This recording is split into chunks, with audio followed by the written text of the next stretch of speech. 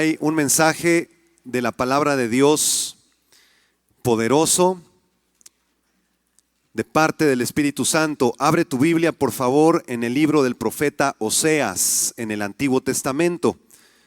Oseas se encuentra después del libro de Daniel y se encuentra antes del libro de Miqueas. Oseas es uno de los profetas menores del Antiguo Testamento. Vamos a leer el capítulo número 14. Es el último capítulo de este libro de Oseas. Nuestro mundo está pasando por un momento difícil. El año que recién terminó azotó con una terrible crisis económica al mundo y dejó sin trabajo a millones de personas. La pobreza extrema y el desempleo son una constante ahora en todos los países del mundo. Y aunque todavía estamos disfrutando de una paz relativa en nuestras naciones, la realidad es que nuestra sociedad se encuentra sumergida en una profunda corrupción moral, en una profunda bancarrota espiritual. Las cosas en el mundo, queridos hermanos, de acuerdo a la palabra de Dios, no van a mejorar. En los siguientes años veremos cómo se va hilvanando el último conflicto mundial que la Biblia profetiza, el cual desencadenará la Tercera Guerra Mundial, en donde todas las naciones de la tierra pelearán en contra de Israel en un valle cercano a Jerusalén llamado el Valle del Megiddo. En ese lugar todas las naciones comenzarán a pelear. Dice la Biblia que la sangre llegará hasta la altura de los frenos de los caballos, anticipando la segunda venida de Jesucristo. La situación mundial no va a mejorar. ¿Qué vas a hacer tú y qué yo voy a hacer para poder estar seguros en medio de este escenario tan gris y tan turbio en el que nos estamos desenvolviendo? La solución no es participar en la corrupción, la solución no es ahorrar dinero y acumular oro para sentirnos seguros. La solución no es conseguir más trabajos mejor pagados para tener mayor ingreso y de esta manera tener cierta seguridad. No, esa no es la solución. La solución es confiar en el Dios que creó los cielos y la tierra, aferrarnos a su palabra y saber que la única forma que tenemos de estar seguros y tener esperanza es en la palabra de Dios y en su Hijo Jesucristo. Este año que inicia, muchas personas hacen listas con propósitos de año nuevo. Muchos de esos propósitos son muy buenos, son nobles, como por ejemplo hacer ejercicio. Otros se proponen bajar de peso. Este año sí voy a bajar estos kilitos que tengo de más, voy a comenzar a comer más sano. Otros se proponen mejorar en sus empresas, en sus trabajos, hacer un curso de capacitación, una maestría, un doctorado, y estos propósitos son buenos.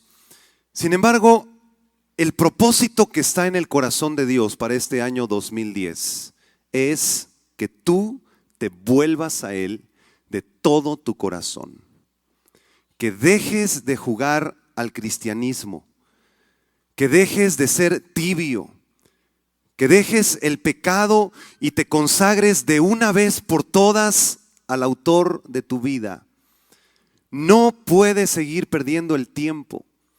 No puedes seguir siendo tibio con un pie en el mundo y otro en la iglesia. No puedes seguir jugando con Dios.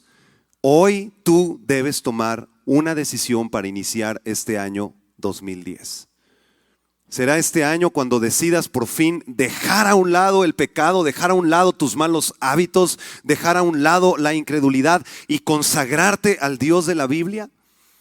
Será este año 2010 cuando decidas de una vez por todas entregarle todo al Señor y consagrarte completamente a Él.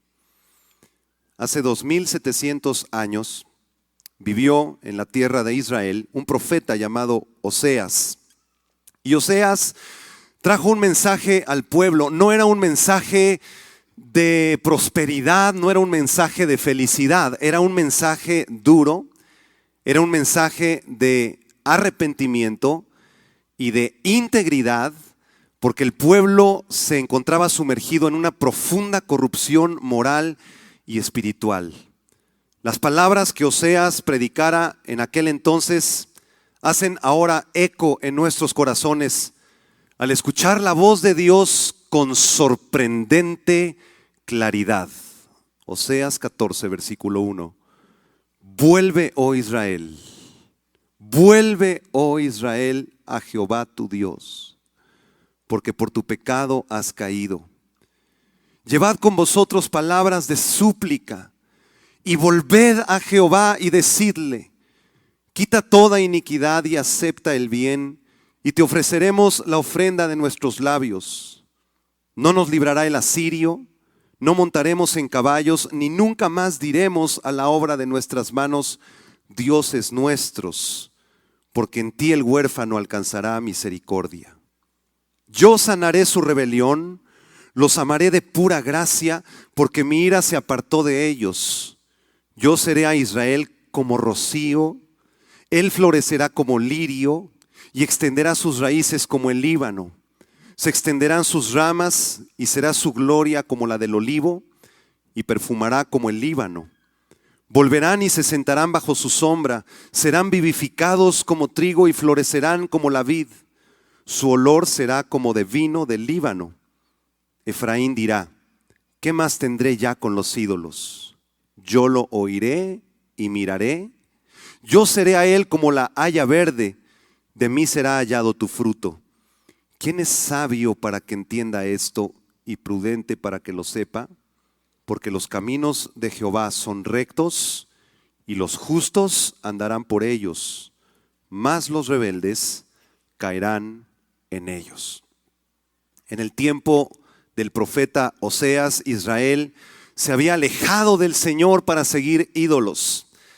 El Dios Todopoderoso los había sacado de la tierra de Egipto, había abierto el mar rojo, ellos habían pasado por en medio de las aguas, Dios les había hecho promesas maravillosas desde Abraham, Isaac y Jacob, que ellos heredarían una tierra, que en ellos serían benditas todas las naciones del mundo. Y sin embargo, a pesar de haber visto milagros, señales, maravillas, resurrecciones y prodigios, Israel decidió regresar a la idolatría.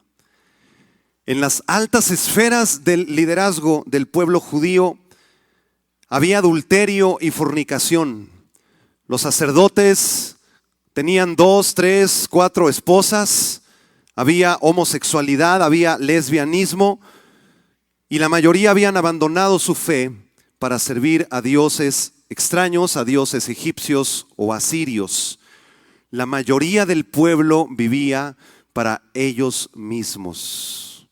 Es por eso que el profeta hace un llamado en el versículo 1 y les dice: vuelve, oh Israel, a Jehová tu Dios, porque por tu pecado has caído. Vuelve, oh Israel, a Jehová tu Dios. Esta palabra volver, shuv del hebreo, significa regresar, restaurar o volverse atrás. Es importante que tú y yo comprendamos que el perdón de Dios siempre será antecedido de una profunda conciencia de pecado en el alma del pecador. Para que tú puedas regresar a Dios, primero debes de tener una profunda conciencia de que le hemos fallado al Señor, de que hemos consentido el pecado en nuestras vidas. Hoy Dios te está llamando a que vuelvas a Él de todo tu corazón. Toca a la persona que está al lado y dile: vuelve al Señor de todo tu corazón. Él quiere sanarte. Él quiere restaurarte, Él quiere perdonarte, quiere levantar tu vida. Sin embargo, es necesario que vuelvas a Él, que reconozcas quizá que en los años pasados en tu vida has consentido pecados o malos hábitos y has quedado atrapado en ellos. Que este 2009 lo inicies con un corazón contrito y humillado. Que tú puedas regresar esta noche a tu casa y decir: Señor, me humillo delante de ti, porque lo único que tú aceptas es un corazón contrito y humillado, Señor. Para poder llevar a cabo este arrepentimiento, Oseas le pide al pueblo que eleve ahora palabras de súplica delante del Señor. Dice el versículo 2: llevad con vosotros palabras de súplica y volved a Jehová y decidle: quita toda la iniquidad, Señor. Esto es lo primero que le pide Oseas a su pueblo. Señor, quita toda la iniquidad. ¿Por qué no levanta sus manos conmigo y dice: Señor, quita toda la iniquidad, todo el pecado de mi vida? Amén. Esta palabra iniquidad proviene del hebreo avón y significa perversidad, depravación y culpa por el pecado. Una persona inicua o perversa es alguien que actúa con crueldad y que esto además le provoca placer en su corazón. Una persona llena de iniquidad es una persona que trata con crueldad, por ejemplo, a los animales. Cuando se atraviesa un perro ahí en la calle, tú le avientas el coche: quítese de aquí, ándale. Otros, ¿verdad?, tratan con crueldad a sus mascotas, les pegan más de la cuenta. Y en el peor de los casos, hay muchos seres humanos que tratan con crueldad a sus hijos, a sus padres, a sus esposos o a sus esposas. Una persona llena de iniquidad es una persona que se ha acostumbrado a vivir en vicios, en adulterio o en pornografía. Una persona inicua es aquella que ha consentido en los años pasados, en el 2009, estos pecados, y has estado jugando con Dios y has dicho: bueno, no me ha pasado nada, he tomado este dinero que no me corresponde, he seguido viendo pornografía, he seguido coqueteando con esta mujer que no es mi esposa, pero pues no me ha pasado nada, todavía no ha caído fuego del cielo, sigo vivo, no me he enfermado, tengo buen trabajo, tengo buen automóvil, no pasa nada. Cuidado, porque dice la palabra de Dios que tus pecados te alcanzarán un día. De Dios nadie se escapa. Las personas inicuas son personas que siempre consienten malos pensamientos en su vida, viven una vida llena de culpa porque estos pecados les provocan una incomodidad adentro en su alma y viven siempre llenos de culpa, de resentimiento, y esto trae consecuencias incluso físicas. Veamos esta verdad en el Salmo 31, versículo 10, donde la Biblia nos revela las consecuencias espirituales y físicas de aquellas personas que han consentido la iniquidad en sus vidas. Salmo 31, versículo 10, dice la Biblia: porque mi vida se va gastando de dolor y mis años de suspirar, se agotan mis fuerzas a causa de mi iniquidad y mis huesos se han consumido. La iniquidad entonces conduce a un desgaste espiritual, a un sentimiento de culpa, un agotamiento de las fuerzas e incluso a una enfermedad física en los huesos, de acuerdo al versículo 10. Por supuesto, esta no es la voluntad de Dios. Es por eso que el profeta Oseas le dice al pueblo: supliquen al Señor, vuélvanse al Señor y díganle: quita toda la iniquidad, Señor, quita toda la iniquidad. Dios es el único que puede quitar el pecado. Si tú le entregas tu vida a Jesucristo, el Señor es el único que puede ayudarte y quitar toda la iniquidad. La vida de un cristiano se divide en 3 etapas. La primera etapa se llama la justificación. Es cuando tú recibes a Jesucristo como Señor y Salvador, te arrepientes de tus pecados y comienzas a seguirlo a Él y a obedecer su palabra. En esta primera etapa de la justificación, el Señor quita la culpa por el pecado. Quita toda la culpa que había en tu contra y en mi contra por el pecado. La segunda etapa en la vida del cristiano se llama santificación. Es cuando comenzamos a vivir para Cristo, comenzamos a discipularnos y dura hasta el momento de nuestra muerte física. En esta etapa de la santificación, el Señor nos da el poder para vencer el pecado, para vencer el pecado. Y la tercera etapa en la vida de un cristiano se llama la glorificación. Ocurre en el momento de la muerte física, cuando nosotros vamos a la presencia del Señor y estamos esperando la segunda venida de Jesucristo para recibir cuerpos glorificados. En esta tercera etapa en la vida del cristiano, Dios quita completamente el pecado. La glorificación es sinónimo a la ausencia de pecado. Ya no hay pecado. ¿Se dan cuenta de este proceso? En primer lugar, en la justificación Dios quita la culpa por el pecado, en la santificación nos da el poder para vencer el pecado y en la glorificación Él quita completamente el pecado. Es por eso que el pueblo de Israel levantaba sus manos y decía: Señor, quita toda iniquidad, la culpa sobre la iniquidad, danos poder para vencer la iniquidad y en últimas, danos la glorificación, quita toda iniquidad. En segundo lugar, en el versículo 2, Oseas le dice al pueblo que ore al Señor y que le pida que acepte el bien. Diga conmigo: acepta el bien, Señor. Acepta el bien, Señor. En este contexto se refiere a los sacrificios que el pueblo de Israel podía hacer para el Señor en el templo. Este era el bien en aquel tiempo. Esos sacrificios cubrían el pecado del pueblo, pero no quitaban el pecado del pueblo. En realidad, ¿sabe una cosa? No había nada que el pueblo de Israel pudiera hacer para que el Señor aceptara el bien, porque no hay nada bueno en el corazón del ser humano. Dice el salmista en el Salmo 16:2, oh alma mía, dijiste a Jehová, tú eres mi Señor, no hay para mí bien fuera de ti. Diga conmigo: no hay para mí bien fuera de ti, Señor. Si algo nosotros podemos tener bueno, es por la presencia del Espíritu Santo en nuestras vidas. ¿Qué podrías tú traerle al Señor y ofrecerle al Señor para que Él se alegrara y se gozara? Quizá dinero, quizá pudieras, no sé, hacer muchas buenas obras en el mundo para alcanzar la bendición de Dios. ¿Qué cosa hay bueno dentro de nosotros que no esté fuera de Él? Lo único que el Señor acepta como bueno se encuentra en el Salmo 51, versículo 17. Si tú quieres ofrecerle algo aceptable al Señor, si quieres ofrecerle algo que Él reciba con agrado, dice el versículo 17 del Salmo 51, los sacrificios de Dios son el espíritu quebrantado, al corazón contrito y humillado, no despreciarás tú, oh Dios.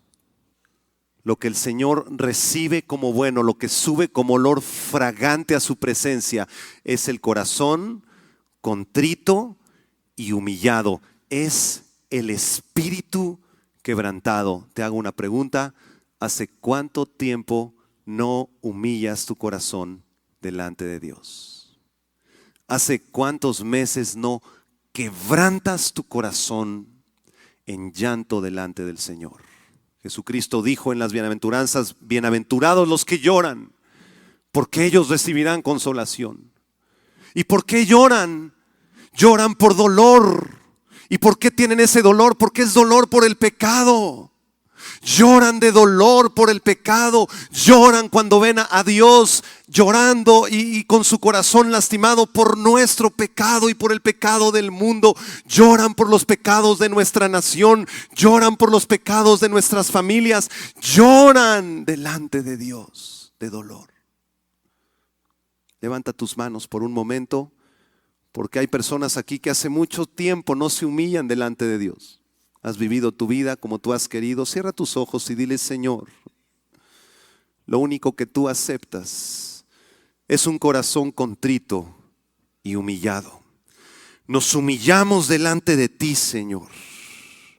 Humillamos nuestro corazón y nuestra alma delante de ti, Señor.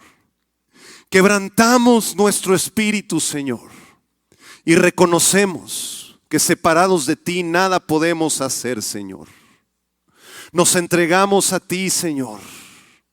Nos humillamos con todo nuestro corazón. Recibe mi corazón humillado, Señor, mi espíritu quebrantado, como una ofrenda delante de ti.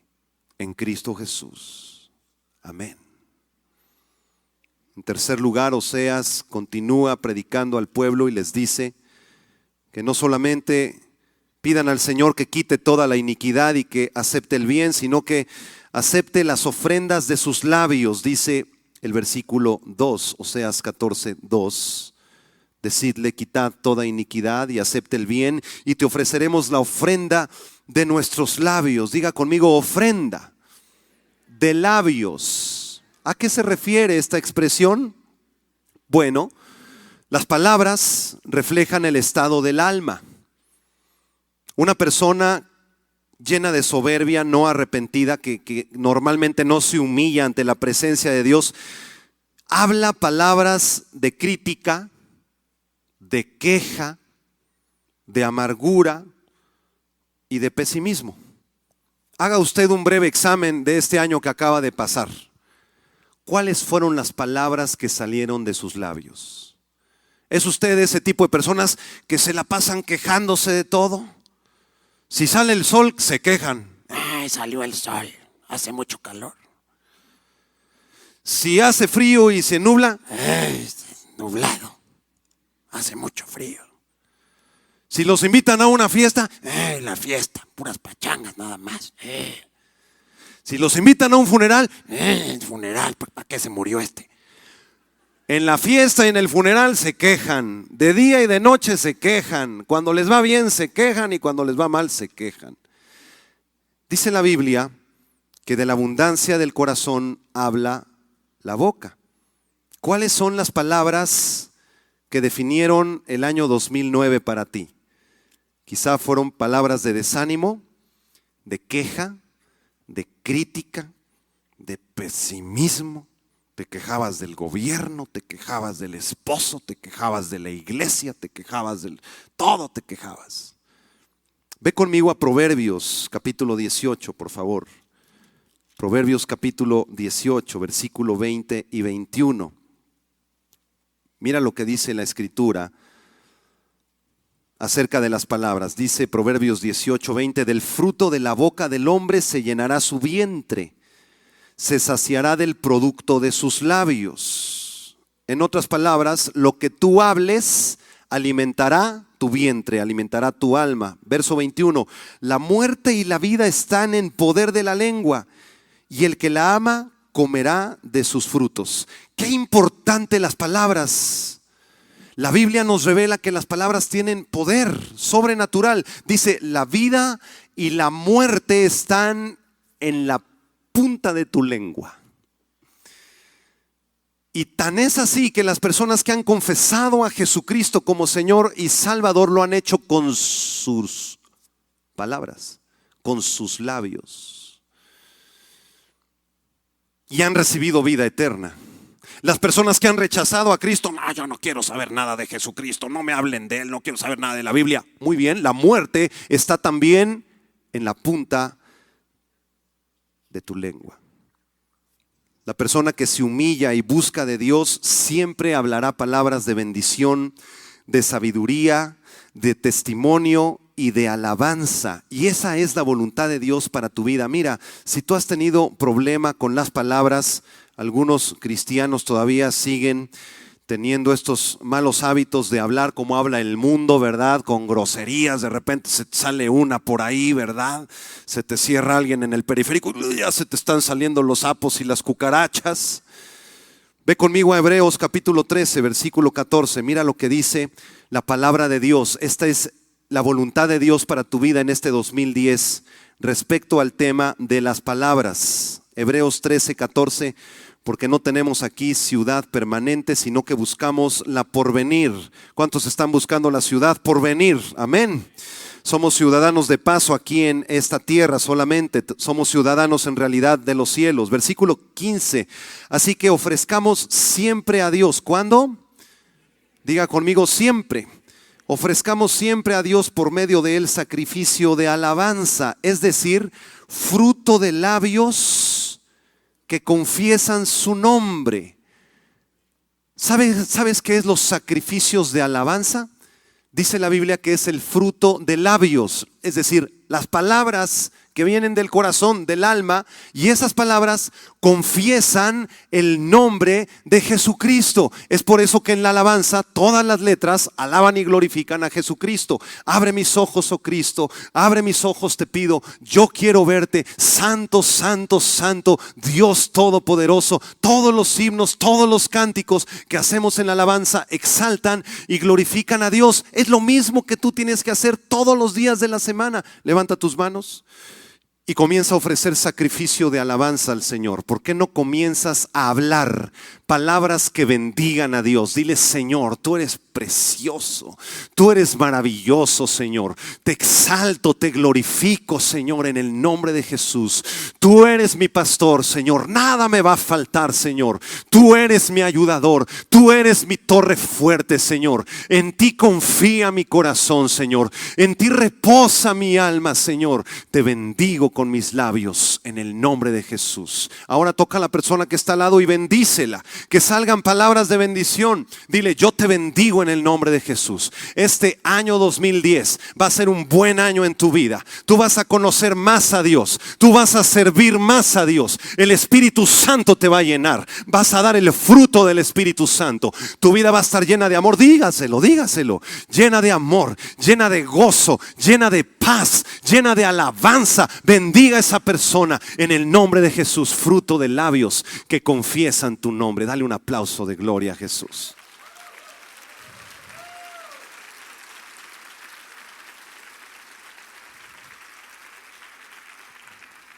Regrésese a Oseas, por favor. Vea el versículo 3. Oseas 14, verso 3. A continuación, en estos versículos, el pueblo de Israel se arrepiente de 3 grandes pecados. Después de haberse humillado delante de Dios, después de haberle pedido que acepte su ofrenda, su sacrificio, Israel se arrepiente de 3 pecados. Leamos el versículo 3, dice: no nos librará el asirio, no montaremos en caballos, ni nunca más diremos a la obra de nuestras manos: dioses nuestros, porque en ti el huérfano alcanzará misericordia. ¿Por qué dice no nos librará el asirio? Bueno, en los tiempos de Oseas, el pueblo de Israel había dejado de confiar en Dios. Dejaron de leer la ley y los profetas, dejaron de hacer sacrificios en el templo, comenzaron a vivir en adulterios, en idolatrías, y entonces los asirios, que eran el pueblo más poderoso de aquel entonces, les ofrecían periódicamente alianzas a los israelitas.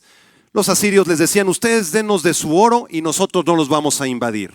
Déjenos entrar a su templo a saquearlo y nosotros no vamos a matar a su pueblo. Y este tipo de alianzas es a la que se refiere este versículo. Israel, en primer lugar, se arrepiente de haber hecho alianzas con extranjeros. Todos estos pueblos con los cuales habían hecho alianzas, los asirios, los egipcios y los babilonios, tal como lo relata el profeta Isaías, Jeremías y Ezequiel, todos estos pueblos a la larga traicionaron a Israel y de todas maneras los invadieron. Y esto nos da una lección para reflexionar a nosotros. ¿Cuántas veces en nuestra vida cristiana hemos hecho alianzas con incrédulos? ¿Cuántas veces le dijimos a aquella señorita: no te cases con este chavo, no te conviene, él no ama a Jesús, tú sí lo amas, eres una niña de la iglesia, eres una niña que sirve en la congregación y este chavo nada más viene a la iglesia para buscarte a ti?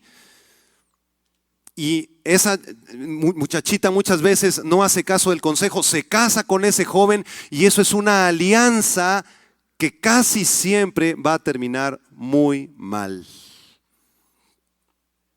¿Cuántas veces nos hemos aliado con personas que no comparten la fe de Jesucristo y haces un negocio con tu compadre, haces un negocio con el tío y el compadre y el tío comienzan a hacer tranzas, comienzan a persuadirte para que no pagues los impuestos y ahí vas tú y ya metiste ahí tu dinero, ya te aliaste, hiciste una alianza con extranjeros, hiciste una alianza con incrédulos. Estas historias casi siempre terminan muy, pero muy mal en cuanto a negocios, tratos, alianzas estratégicas o noviazgos. Ve lo que dice la Biblia en la segunda carta a los Corintios, el capítulo 6. Quiero mostrarte esto a ti, joven, señorita, que quizás has coqueteado con cosas del mundo, tienes un pie en la iglesia y otro pie en el mundo, quizá estás de novio o de novia con una persona que no comparte tu fe, tú piensas que eso es superficial, pero escucha la voz de Dios que te habla claramente a través de su palabra en 2 Corintios 6, versículo 14. Léalo conmigo, dice: no os unáis en yugo desigual con los incrédulos, porque qué compañerismo tiene la justicia con la injusticia, y qué comunión la luz con las tinieblas, y qué concordia Cristo con Belial, o qué parte el creyente con el incrédulo, y qué acuerdo hay entre el templo de Dios y los ídolos, porque ustedes son el templo del Dios viviente. Como dijo Dios, habitaré y andaré entre ellos y seré su Dios, y ellos serán mi pueblo. Por lo cual, salgan de en medio de ellos. Diga conmigo, salgan de en medio de ellos. Apartaos, dice el Señor, y no toquéis lo inmundo, y yo os recibiré, y seré para vosotros por Padre, y vosotros me seréis hijos e hijas, dice el Señor Todopoderoso. Escúchame, joven, jovencita, cristianos. Este año 2010 el Señor te está llamando a que le sirvas. No tiene nada de malo si tú tienes un amigo del mundo, una amiga del mundo. Nosotros estamos en el mundo, pero no somos del mundo.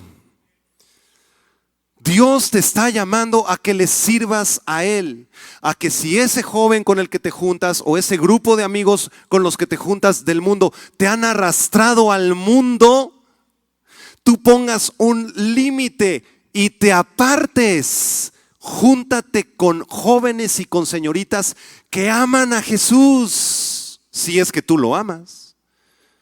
Quizá ahí quede de manifiesto que en realidad no amas a Jesús, que nunca lo recibiste y te arrastren al mundo. Pero si en realidad tú amas a Jesús, comienza a buscar gente que lo ame a Él también y júntate con ellos. Matrimonios cristianos jóvenes, dejen de juntarse con todos los otros matrimonios del mundo que nada más te jalan y acabas ahí echándote tus copas y fumando y viendo películas que nada que ver. Comienza a juntarte con matrimonios que aman a Jesús. Porque qué compañerismo tiene la luz con las tinieblas, qué concordia tiene Cristo con Belial, ninguna. Toca a una persona, dile: apártate de ellos. Acércate a Dios, dile. Hay jóvenes adolescentes que no atienden estos mandatos y entonces comienzan a tener todas las amistades del mundo, y tu cuate ya a los 15 años ya está fumando, y el otro cuate ya se acostó con la novia a los 16 años, y este ya está viendo pornografía por internet, y tú eres un joven que amas a Jesús. ¿Qué estás haciendo ahí metido? Vuélvete al Señor. El Señor te está llamando a que te vuelvas con todo tu corazón a Él. Dice la Biblia en Oseas, capítulo 14, el segundo pecado del cual se arrepintió Israel.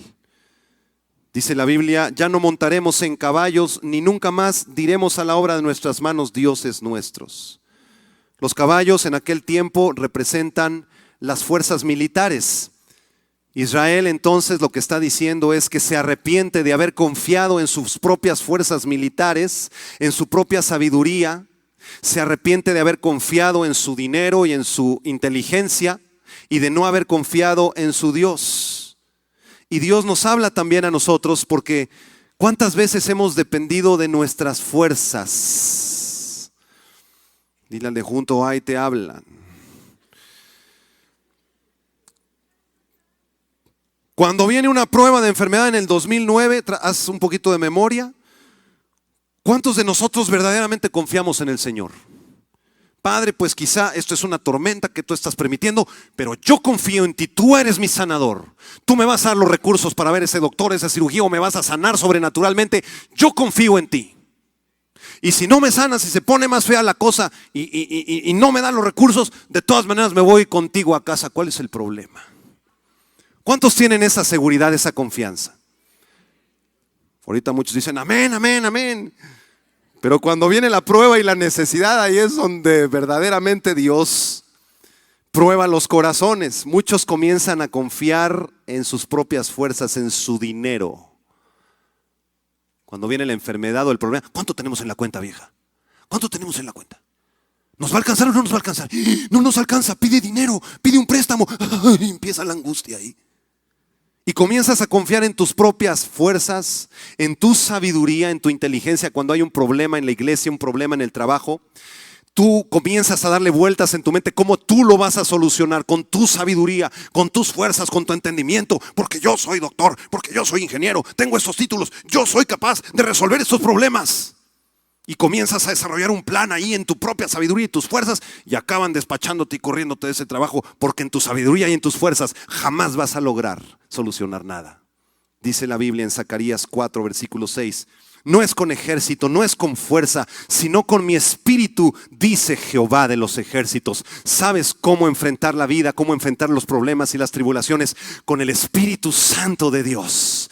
Él sí te va a dar la sabiduría para poder tratar con la gente, para poder bendecir a la gente, para poder perdonar a los que te han ofendido. Ayer estábamos discutiendo ahí en los condominios en donde yo vivo, y hay una persona que se puso al brinco. Entonces el administrador vino y me dijo: No, pues es que fulano, mira nomás, se puso al brinco en la junta de los condominios. Le dije: bueno, pues tenle paciencia, perdónalo. ¿Cuál es el problema? Hay que orar por esta persona, Dios lo va a alcanzar un día. No, hay que matarlo, Me dijo. Entonces, esa es la sabiduría del mundo. ¿A quién le vas a creer cuando alguien te ofenda? Cuando alguien te traicione, cuando alguien te critique, ¿vas a hacer caso a lo que dice Mateo capítulo 5? Bendice a los que te ofenden, ora por los que te han ultrajado y han perseguido, perdona a aquellos que te ofendieron. ¿O vas a actuar en tus fuerzas? Hay que vengarnos. El tercer pecado del cual Israel se arrepiente en el versículo 3, Oseas 14:3, es el pecado de la idolatría. Dice: nunca más diremos a la obra de nuestras manos dioses nuestros, porque en ti el huérfano alcanzará misericordia. Israel había caído en una profunda idolatría. Imagínense nada más, en vez de adorar al Dios que los había hecho libres, que los había salvado, que los había restaurado, habían visto milagros los israelitas, y en vez de servirlo a Él, construyeron un mono de oro, un mono ahí de plata. Con artesanos comenzaron a hacer monos de madera, dibujaron cuadros ahí de Acera, de Baal, de diferentes ídolos y dioses de los egipcios y de los babilonios, y comenzaron ahí a postrarse delante de esos ídolos. Qué tremendo el pecado de idolatría. ¿Sabe una cosa? Las cosas no han cambiado demasiado en este tiempo, y nuestro querido país México se encuentra sumergido en una tremenda maldición de idolatría. Porque cuando este país fue conquistado hace 500 años, cuando Hernán Cortés llegó a las costas de Veracruz en 1521, trajo un montón de ídolos de España, entre ellos una famosa virgen morena de un pueblo español llamado Guadalupe, delante del cual todos los indígenas de este país se postraron y lo adoraron. Intercambiaron solamente la idolatría de la Tonantzin, que era la diosa de la fertilidad azteca, ahora por un nuevo ídolo llamado Guadalupe. Y este país debe arrepentirse de su idolatría. Si queremos una visitación de Dios, del Dios creador de los cielos y de la tierra en México, debemos humillarnos, debemos pedir perdón por los pecados de idolatría de este país, tal como se arrepintió el pueblo de Israel hace 2700 años. Nosotros debemos clamar a Dios y pedirle perdón por la idolatría que nosotros heredamos. Vean esta verdad en el Salmo 115. Si tú quieres entender profundamente el significado de la idolatría y cómo ofende a Dios, creo que uno de los pasajes más importantes de la Biblia acerca de esto es precisamente el Salmo 115. Vamos a leer los primeros 11 versículos, léelos junto conmigo, amén. Dice la Biblia, no a nosotros, oh Jehová, dígalo fuerte, no a nosotros, oh Jehová, no a nosotros, sino a tu nombre da gloria, por tu misericordia, por tu verdad. ¿Por qué ha de decir las gentes dónde está ahora su Dios? Nuestro Dios está en los cielos, todo lo que hizo ha hecho.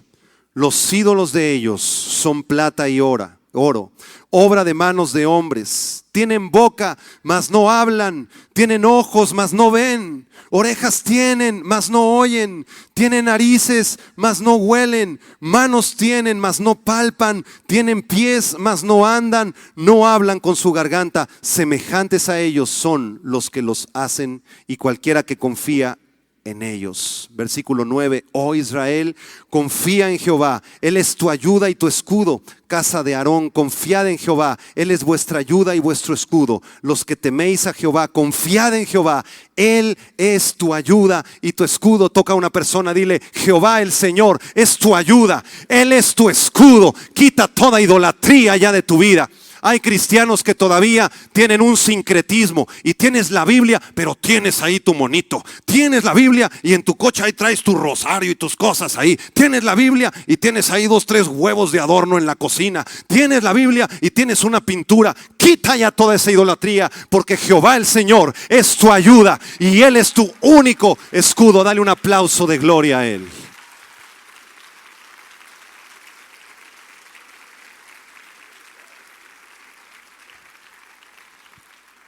Oiga, pastor, pues yo ya no tengo nada de eso. Fíjese que yo venía de la religión tradicional y cuando yo entendí estos principios quité todo eso. Bueno, no solamente eso es idolatría. Un ídolo es cualquier cosa, escucha, un ídolo es cualquier cosa que ocupa el lugar de Dios. Si el domingo en la mañana, que es el día del Señor, el día que tú vienes a recibir la palabra, tú dices: no, me voy a ir con mi novia incredulona. Vamos a ir al fútbol, se va a poner bien padre. Entonces la novia está ocupando el lugar que le corresponde a Dios. Si en la mañana tú te levantas todo afanado, el dinero, la casa, las deudas, y no pasaste 20 minutos de rodillas humillándote delante de Dios, el dinero y la casa y las deudas están ocupando el lugar de Dios. Toca a una persona, dile: quita esa idolatría. Es importante. Dios te está llamando a que quites todo aquello que ocupa su lugar. Dios quiere tener comunión diario contigo, todas las mañanas, todas las noches. Que este año nuevo tú hagas un propósito de consagrarte a Él. Toma tu Biblia y por las mañanas lee 2 o 3 capítulos del Nuevo Testamento. Empieza con el Evangelio de Mateo. Estamos a enero 2. Si tú cumples este propósito, el 31 de diciembre del 2010 habrás leído casi todo el Nuevo Testamento. En la noche toma tu Biblia y en vez de preocuparte, y en vez de ver el noticiero 3 horas, y en vez de ver las telenovelas enchamucadas, toma tu Biblia y ábrela y lee 3 capítulos del Antiguo Testamento. En la mañana pasa tiempo con Dios en su palabra en el Nuevo Testamento. En la noche pasa tiempo con Dios en el Antiguo Testamento. Toma un cuaderno y haz anotaciones. Lo que Dios te va diciendo, lo que Dios te va explicando en su palabra. Si no entiendes algo, te vienes con nosotros. Para eso estamos nosotros, para tratar de explicarte lo que significa la palabra de Dios. Cómete este libro. Este libro es la palabra de Dios y contiene las promesas para tu vida más preciosas. Dios nos está llamando a que nos volvamos a Él, a que nos arrepintamos de todo nuestro corazón.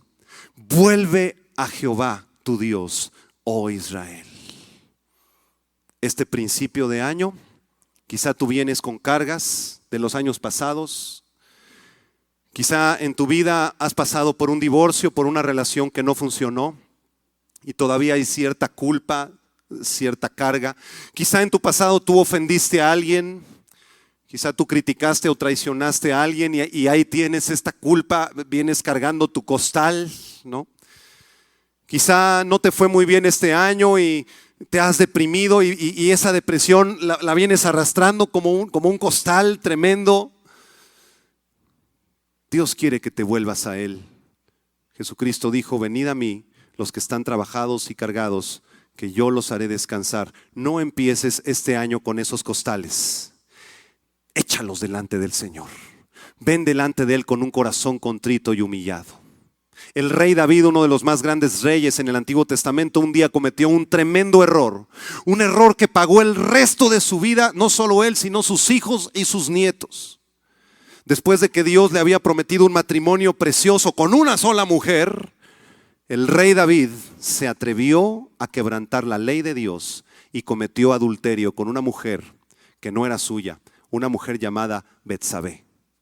Después de ese pecado terrible, él sintió una carga y un peso, una culpa que lo aplastaba.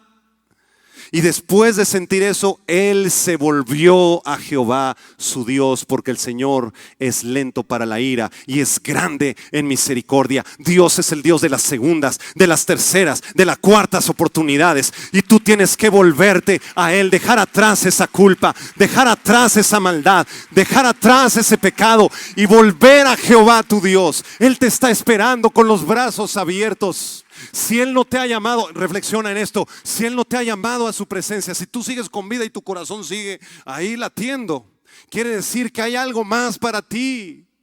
Todavía no se termina tu propósito en esta vida. Echa fuera ya esa depresión, esas ganas de morirte, échalas fuera. Todavía no estás muerto, Dios todavía no te ha llamado. Todavía tienes algo grande que cumplir en esta tierra. Si tú lo crees, vuélvete a Jehová tu Dios.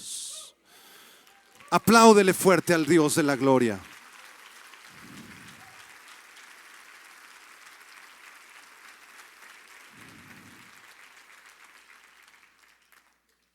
Dice la Biblia en el Salmo 51, versículo 1 en adelante.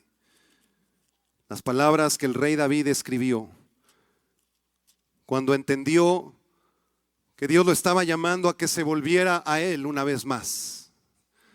Cuando reconoció sus faltas, sus errores, sus pecados. Y que estas palabras sean las mismas que tú y yo podamos decirle al Señor en esta mañana con un corazón contrito y humillado.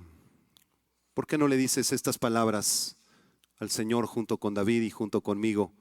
En el Salmo 51 del versículo 1 al versículo 5 dice: ten piedad de mí, oh Dios, conforme a tu misericordia, conforme a la multitud de tus piedades. Borra mis rebeliones, Señor. Lávame más y más de mi maldad y límpiame de mi pecado, porque yo reconozco mis rebeliones y mi pecado está siempre delante de mí. Contra ti solo he pecado y he hecho lo malo delante de tus ojos, para que seas reconocido justo en tu palabra y tenido por puro en tu juicio. He aquí, en maldad he sido formado y en pecado me concibió mi madre. Versículo 10. Crea en mí, oh Dios, un corazón limpio y renueva un espíritu recto dentro de mí. No me eches de delante de ti y no quites de mí tu Santo Espíritu. Vuélveme el gozo de tu salvación y espíritu noble me sustente. ¿Cuántos quisieran que el Señor les volviera el gozo que una vez sentiste cuando tú recibiste a Cristo en tu corazón? Ese gozo que tú sentiste, el Señor está a punto de volvértelo.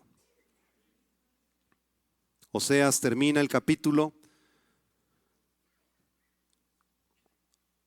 dándole promesas a su pueblo. Promesas que siguen haciendo eco en nuestros oídos el día de hoy.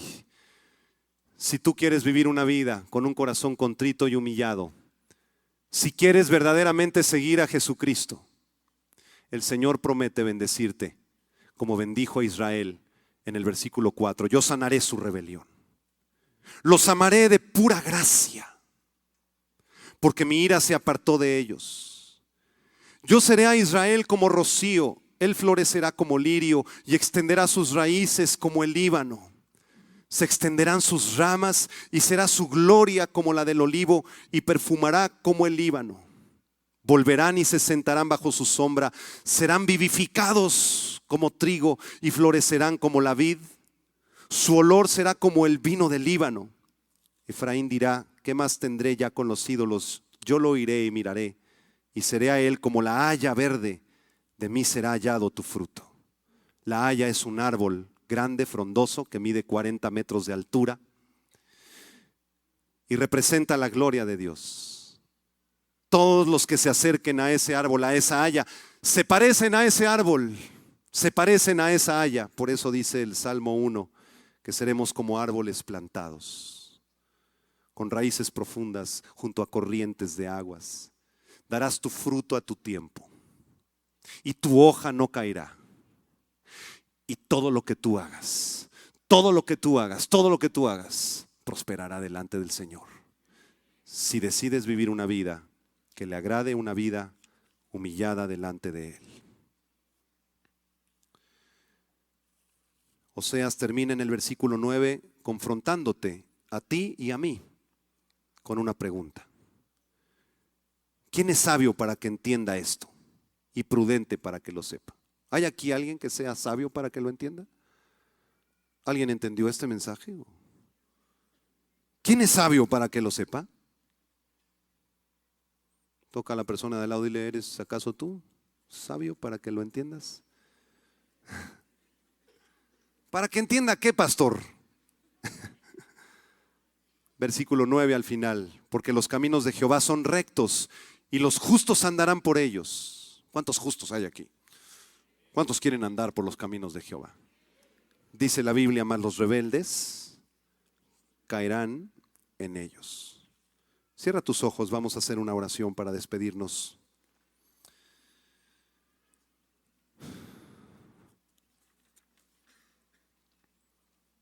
Ahora pues, hijos, oídme, dice el Señor. Bienaventurados los que guardan mis caminos. Atiende el consejo y sé sabio, y no lo menosprecies. Bienaventurado el hombre que me escucha, dice el Señor, velando a mis puertas cada día, aguardando a los postes de mis puertas. Porque el que me halle, dice el Señor, hallará la vida y alcanzará el favor de Jehová. Mas el que peca contra mí defrauda su alma. Todos los que me aborrecen aman la muerte. Levanta tus manos, di conmigo, Padre Celestial, me vuelvo a ti con todo mi corazón. Quita toda iniquidad de mi vida. Acepta el bien que traigo para ti, porque lo único que traigo es un corazón contrito, arrepentido y humillado. Acepta la ofrenda de mis labios.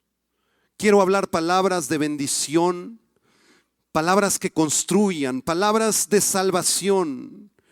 Abre mis labios, Señor, y publicará mi boca tu alabanza. Perdona mi pecado, Señor. Si me he unido con incrédulos en yugo desigual, dame la fuerza para arrepentirme y volverme a ti.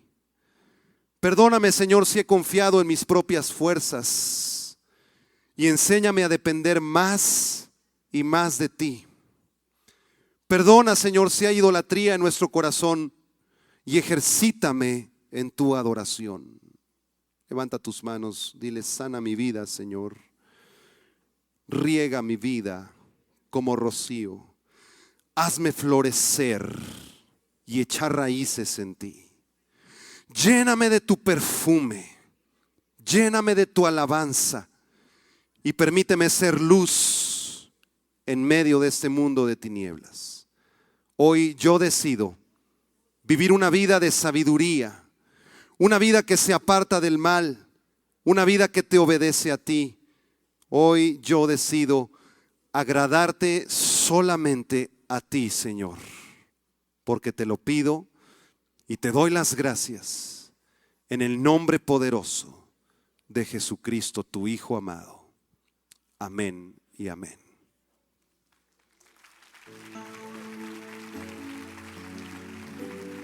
Aplauda fuerte la gloria de Dios. Te alabamos, Señor Jesús. ¿Qué es la sabiduría? La sabiduría es apartarse del mal. Porque el principio de la sabiduría es el temor de Jehová. Y si tú tienes temor de Jehová, si tú tienes conciencia de que Dios existe y de que Él te ama, inmediatamente te apartarás del mal. Dios quiere que este 2010 tú comiences a vivir en sabiduría. ¿Qué es la sabiduría? Apartarse del mal. ¿No quisieras tú, amigo, amiga que nos visitas, comenzar a conocer a Dios? ¿No quisieras tú recibirle a Él en tu corazón y en tu vida?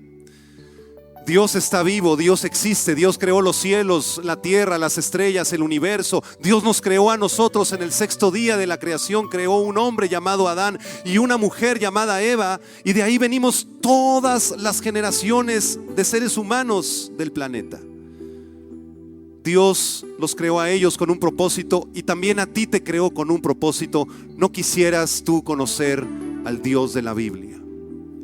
Dice la palabra de Dios que de tal manera te amó Dios a ti y a mí, que envió a su Hijo Jesucristo, para que todo aquel que en Él crea no se pierda, sino que tenga la vida eterna. ¿No quisieras tú recibir este regalo precioso de la salvación, del perdón de tus pecados y de la vida eterna? Lo único que tienes que hacer es orar al Señor, pedirle que entre a tu vida, arrepentirte de tu pecado y decirle: Señor, entra a mi corazón. Si hay alguna persona en este salón que quiera por primera vez recibir a Jesucristo como Señor y Salvador de tu vida, y quieras recibir la sanidad, el perdón y la salvación que Él te ofrece, te voy a suplicar que desde tu lugar cierres tus ojos por un momento, y toda la iglesia cierre sus ojos un minuto más conmigo, por favor. Si hay alguien aquí que quiera recibir a Jesús, dile estas palabras rápidamente. Dile: Señor Jesús, he escuchado tu palabra y yo decido voluntariamente creer en ti. Yo creo que tú eres Dios, que tú moriste en una cruz por mis pecados, que resucitaste al tercer día y que estás sentado a la diestra del Padre. Perdona, Señor, todo mi pecado, porque reconozco que muchas veces te he ofendido, te he fallado. Perdóname, sáname y seré sano, sálvame y seré salvo. Te recibo en este momento como mi Señor, como mi único y suficiente Salvador, y te doy gracias porque sé que ahora yo tengo vida eterna en tu nombre. Gracias, Señor Jesús.